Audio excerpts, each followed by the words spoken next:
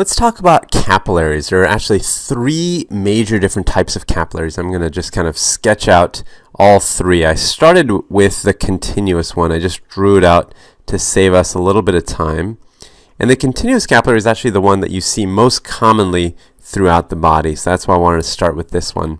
A couple of things you'll notice. You'll see that there are 4 nuclei, so 4 cells here making up the part of the capillary we're looking at, and there's a red blood cell moving through it, right? And I actually have the cross section on the right side, so you can actually see if we were to cut along that face that I've cut, this is what you'd actually see. Now there are 2 specific things I want to point out. One is that there's a little gap here between these 2 cells. I'm sketching it in yellow just to really point it out, and that gap is called an intercellular, because it's between cells, intercellular cleft.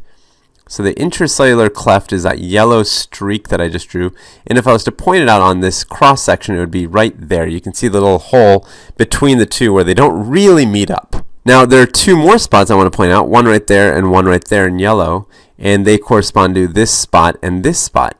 And there is actually really nice joining between the 2 cells, and we call them tight junctions.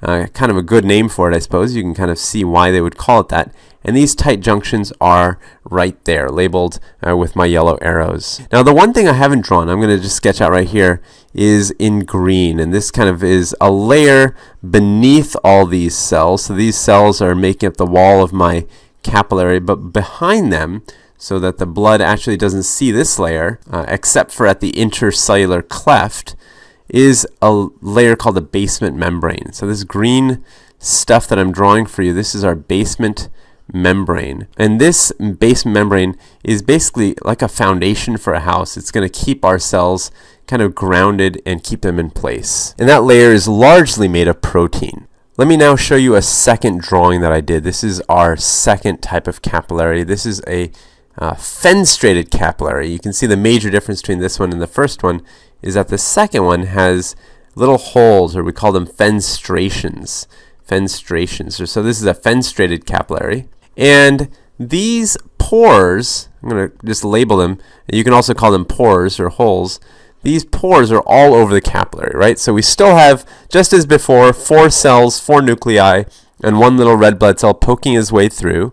And you still have the intercellular cleft. So just to show you where it is on this one, it's right there, where the 2 cells really don't meet up so nicely. There's a little gap there. And as before, there's going to be a basement membrane. So let me just kind of sketch out the basement membrane all the way around.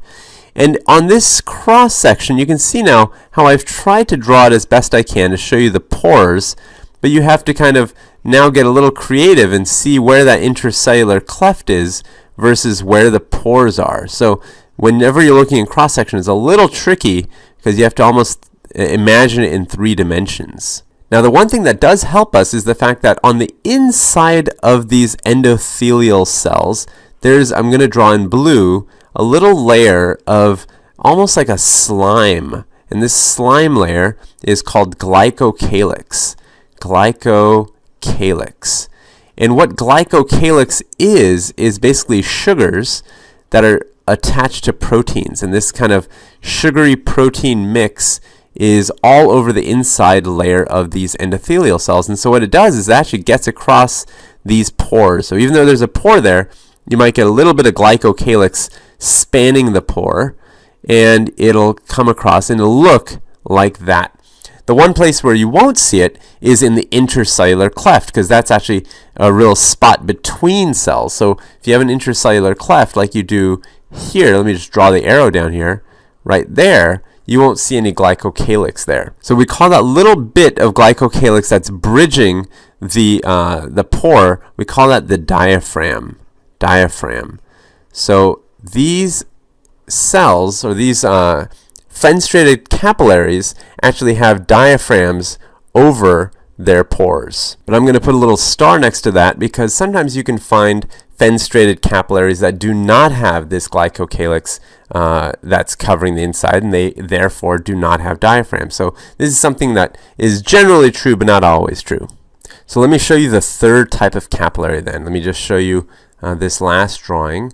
And this is actually the largest of the capillaries. This one, we call this a discontinuous. discontinuous capillary. And another name for discontinuous capillaries, sometimes they call them sinusoids. So I'm just going to write that up here as well, sinusoids. So these ones, often found in the liver, that's kind of the most popular place, or sometimes the spleen as well, or bone marrow. These ones are actually a few things. They're the largest ones. Let me just make a little list over here. They're very large. And they have a lot more of this intracellular cleft space. Look at all these gaps between the cells, right? I'm just sketching it in yellow just to highlight it, but there's a lot of gap here between the cells, meaning that these capillaries end up being very leaky. So in addition to being large, they're very leaky.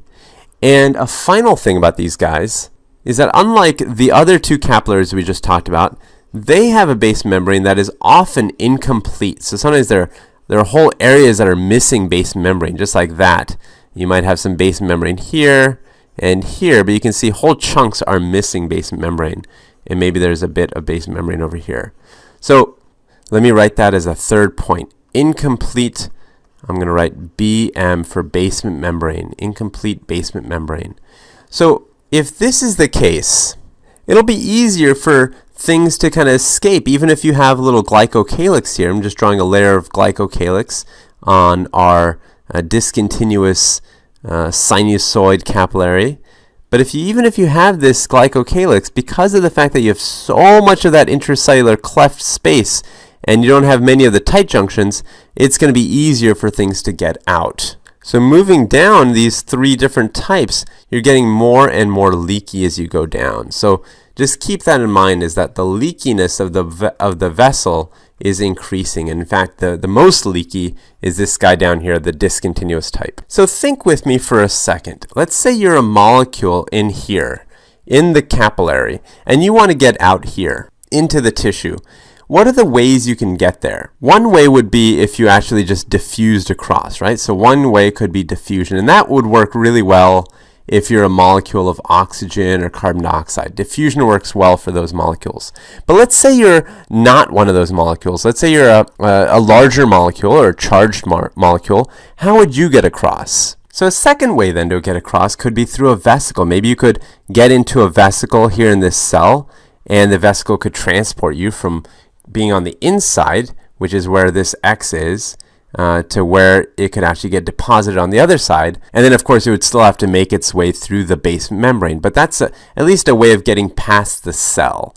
And so this is a second approach. Maybe a vesicle could carry the molecule through. A third way could be through this intercellular cleft. Again, you still have to get across that base membrane, but at least you can get across the cell by simply going around the cell. So maybe that intercellular cleft could be another ticket to freedom. So if you want to get around, you can go that way. That's a third way. So what's a fourth way? Well, now we have to kind of go down to our second drawing, the fenestrated one. And here I would suggest maybe just going through, if you're that little X, maybe just going through that pore. And you have to plow your way through the glycocalyx if there is some there, but maybe that's another way, is going through the fenestration. That could be another way across, right? So these are four ways for things on the inside to get to the outside. And as you look at this list that we made, these four options, you can see then that our idea around leakiness makes sense, because now, especially when you get down to the discontinuous vessels at the bottom, you've got large gaps, between the cells, lots of intracellular clefts. You've got vesicles that can, apply anywhere. Diffusion can apply anywhere. And you've got the fenestration. So really every opportunity for things to get out of the capillaries is available in those discontinuous or sinusoid capillaries.